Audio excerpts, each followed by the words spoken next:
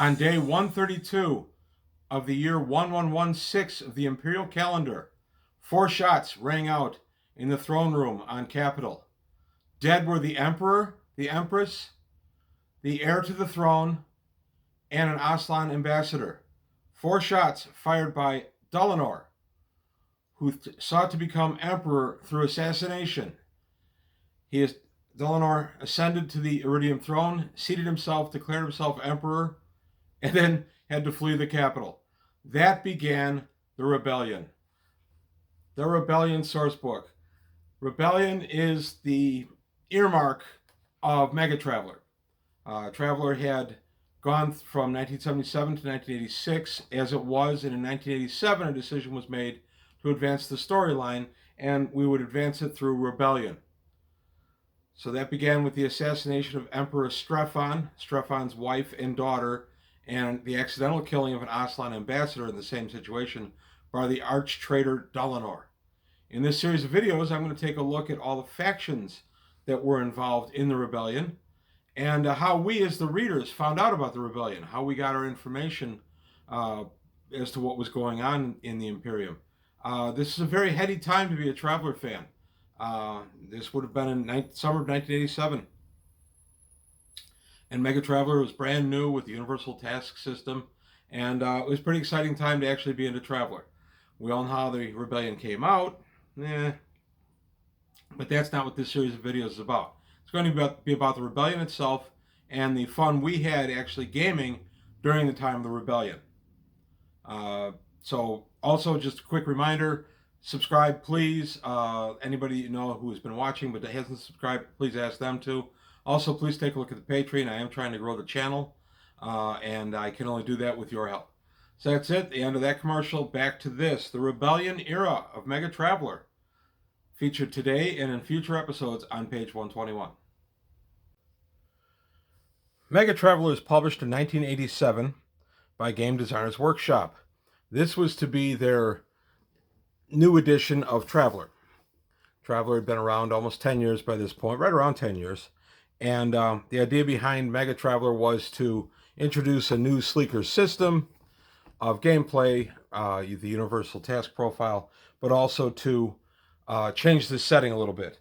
The Golden Age, as the era of the previous edition of Traveller, the classic Traveller now, that had been set in what is now called the Golden Age. And a lot of Mongoose's stuff, all of Mongoose's stuff to this point, has been set in the Golden Age. Mongoose specifically hovers around the year 1105. Exciting news is that the Fifth Frontier War will be happening at the end of this year, as released from Mongoose.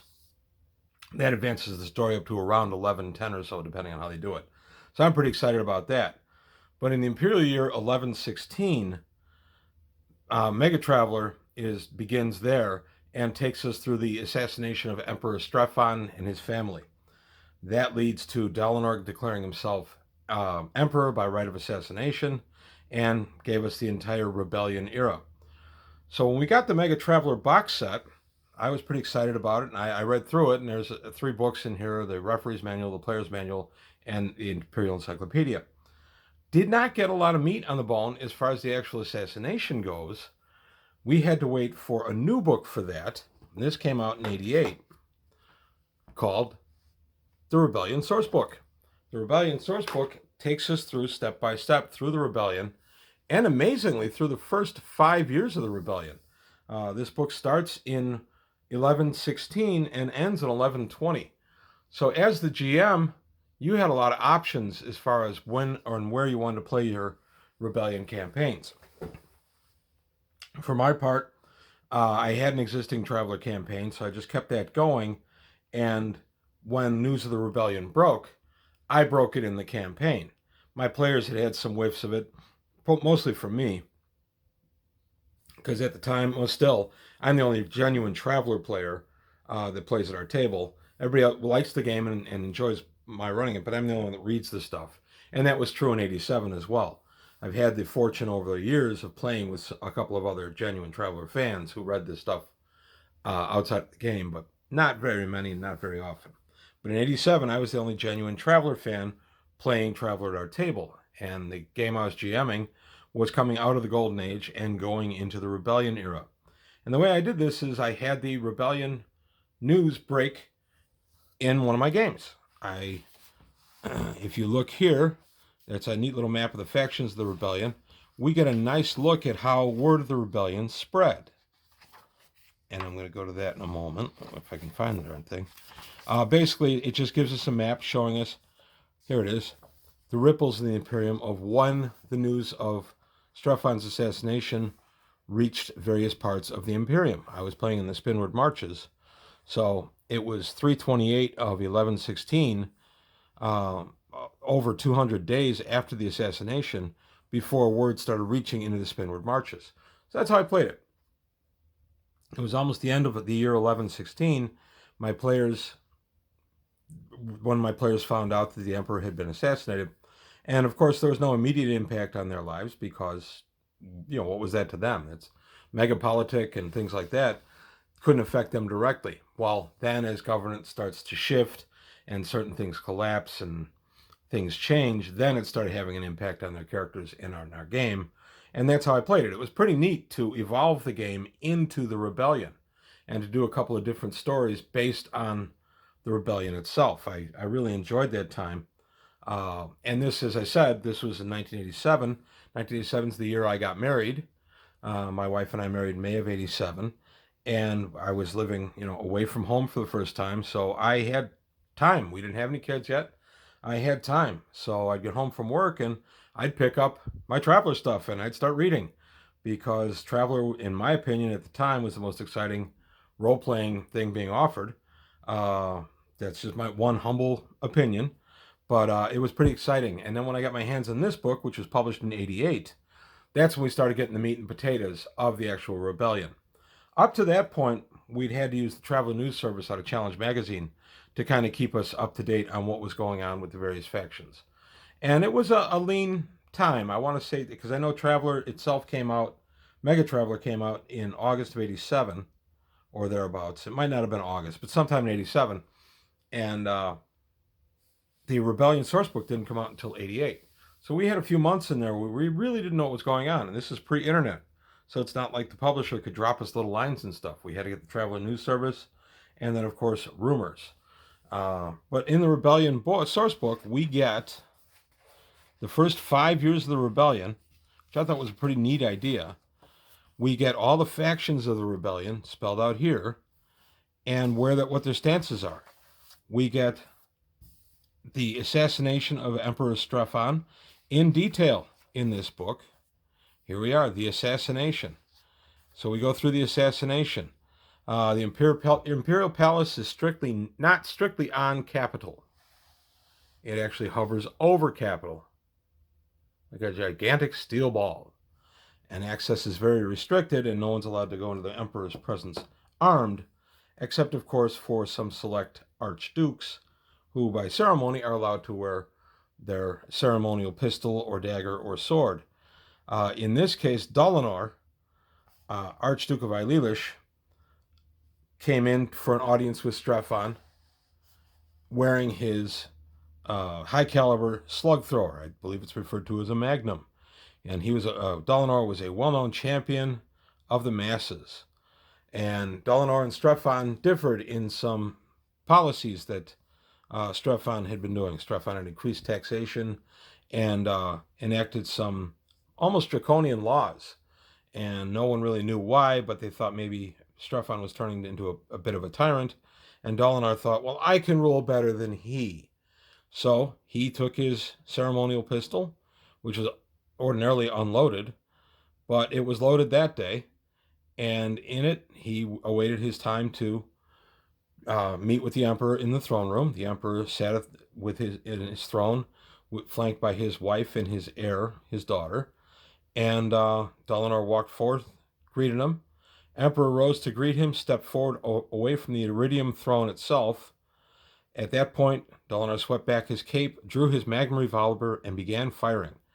Now, he hits 4 and kills 4. That's pretty good, actually. His first shot hit the Emperor, killing him instantly.